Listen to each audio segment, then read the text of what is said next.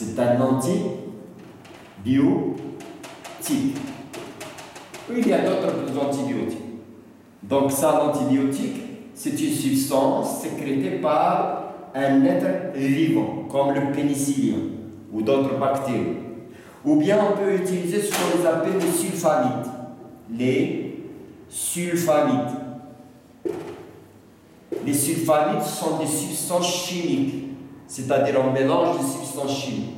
Et les sulfamides sont plus efficaces que les antibiotiques. Les antibiotiques arrêtent la croissance et le développement et la multiplication des microbes, mais les sulfamides, ils vont les anéantir et les détruire. D'accord?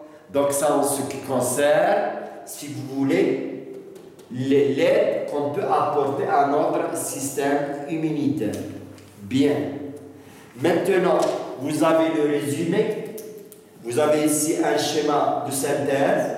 Vous avez ici le résumé de notre livre. Vous prenez, si vous n'avez pas les résumés que je vous ai envoyés par email de l'établissement, les résumés, ils sont satisfaits des résumés.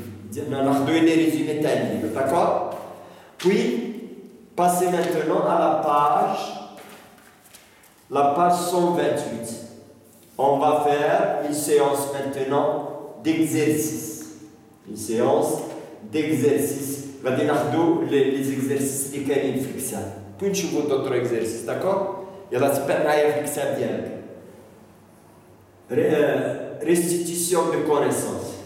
D'accord? Je lis. Définissez les expériences et les mots suivants. Barrière naturelle. Barrière naturelle. C'est quoi une barrière naturelle?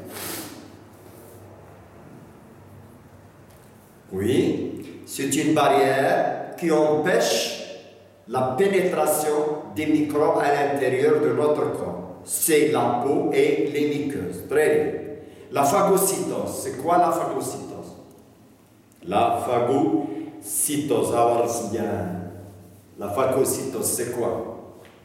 Donc la phagocytose, oui, c'est un mécanisme, fait par des globules blancs qu'on les appelle les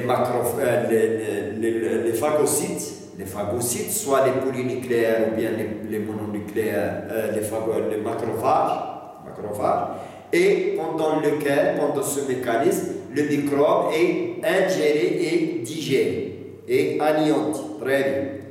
Réponse immunitaire non spécifique. Oui, réponse immunitaire non spécifique, c'est une réponse de l'organisme du système immunitaire contre toutes sortes, si vous voulez, de microbes. Il n'y a pas de distinction entre les microbes. Bien. Réponse immunitaire spécifique humorale. Réponse immunitaire spécifique humorale. Humorale. C'est le sérum, la calcimito humorale, c'est-à-dire par le sérum, dans le sérum, par les anticorps. Très bien, c'est une réponse du système immunitaire contre un seul type de microbe, d'antigène, et qui se fait par des anticorps sécrétés par les lymphocytes B, ou bien les plasmocytes. D'accord? Réponse immunitaire spécifique cellulaire. Réponse immunitaire spécifique cellulaire. Oui, très bien. C'est une réponse immunitaire spécifique, c'est-à-dire contre un type, une seule sorte d'antigène de microbe, et qui se fait par des lymphocytes, des cellules. Ce sont les lymphocytes tueurs. Les lymphocytes tueurs. Antigène. Un antigène, c'est quoi? Oui, un antigène, c'est un microbe très bien, ou bien c'est un corps étranger à notre corps, soit les microbes, soit les cellules cancéreuses par exemple, ou bien les cellules infectées, et ainsi de suite. Anticorps, c'est quoi un anticorps? Très bien, un anticorps, c'est une substance sécrétée par les lymphocytes B, et cette substance, elle est spécifique et elle anéantit un seul type d'antigène. Très bien. Réaction inflammatoire. C'est quoi la réaction inflammatoire? Oui, la réaction inflammatoire, c'est une réponse immunitaire qui peut se résumer dans le gonflement de la partie blessée, ou bien où il y a la plaie coupée, et la rougeur et les douleurs, bien sûr. D'accord? Le lymphocyte, c'est quoi un lymphocyte? Oui, le lymphocyte, c'est un globule blanc. C'est un globule blanc. Très bien, c'est un globule blanc. 2, en grand 2. Pour chacune des données numéro de 1 à 4, une seule proposition est correcte. Recopiez les couples suivants et choisissez pour chaque couple la lettre correspondant à la proposition correcte. Donc la proposition est la phagocytose. La phagocytose. A, c'est la destruction des bactéries par les anticorps. Non, ce n'est pas vrai.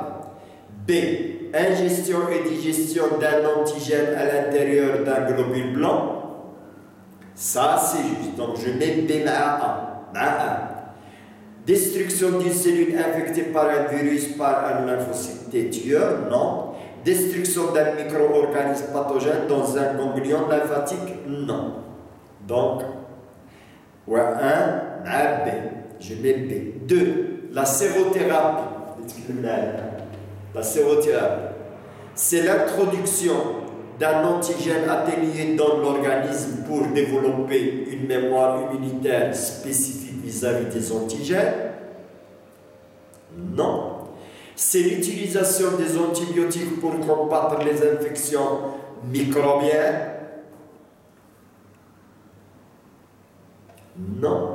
C'est l'injection d'un sérum contenant des anticorps spécifiques dirigés contre un antigène? Oui. Donc 2C. D, c'est l'injection d'un liquide contenant des globules blancs? Non. Futur la troisième proposition. L'apparition de l'immunodéficience liée à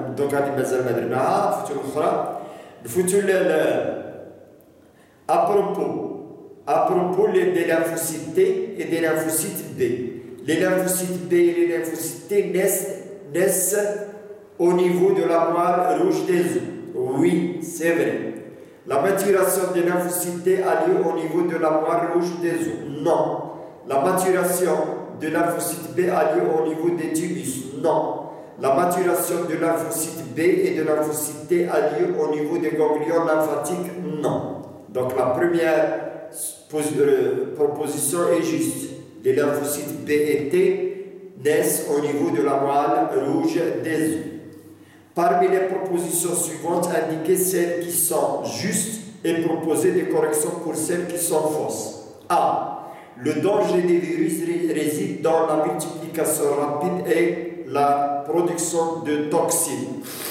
Non. B. Donc A, c'est non. B. Donc la correction. Le danger des virus réside dans la multiplication rapide, tout simplement. Ils ne produisent pas de toxines. B. Le danger des bactéries réside dans leur multiplication rapide et dans leur production de toxines. Oui, vrai. C. Toutes les bactéries sont pathogènes. Non. Toutes les bactéries, parmi les bactéries, il y en a qui sont pathogènes et d'autres sont utiles pour l'homme. D. Le VIH est un virus qui s'attaque surtout au lymphocyte B. Non, c'est faux. Le VIH est un virus qui s'attaque surtout au lymphocyte T4. Lymphocyte T4. E. Le complexe humain, c'est-à-dire le complexe antigène-anticorps, se forme par l'association d'un antigène avec des macrophages. C'est faux.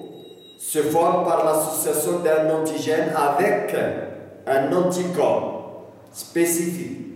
F. Au cours de la diapédèse, c'est-à-dire la sortie des globules blancs, Au cours de la diapédèse, certains globules blancs quittent la circulation sanguine pour se diriger vers le foyer d'infection. C'est vrai, oui. 9. L'antisepsie est une opération permettant d'éliminer les micro-organismes au niveau des tissus vivants par application d'un produit antiseptique. Oui.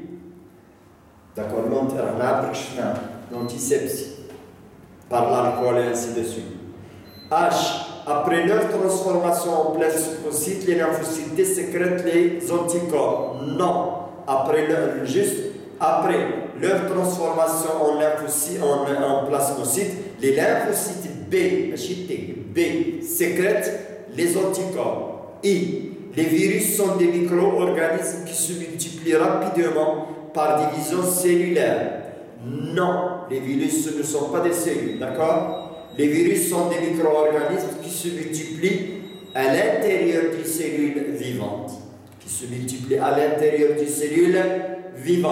J. La vaccination permet à l'organisme d'acquérir une immunité non spécifique. C'est faux.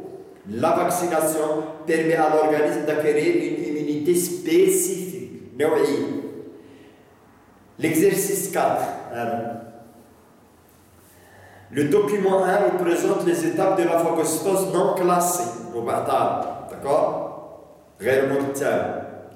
1. Donnez un titre à chacune de ces étapes. Chaque étape. Donc on donne un titre. L'étape 1, c'est quoi? Oui, c'est l'ingestion. D'accord? Le globule blanc, ou bien le phagocyte, a ingéré, a avalé le microbe.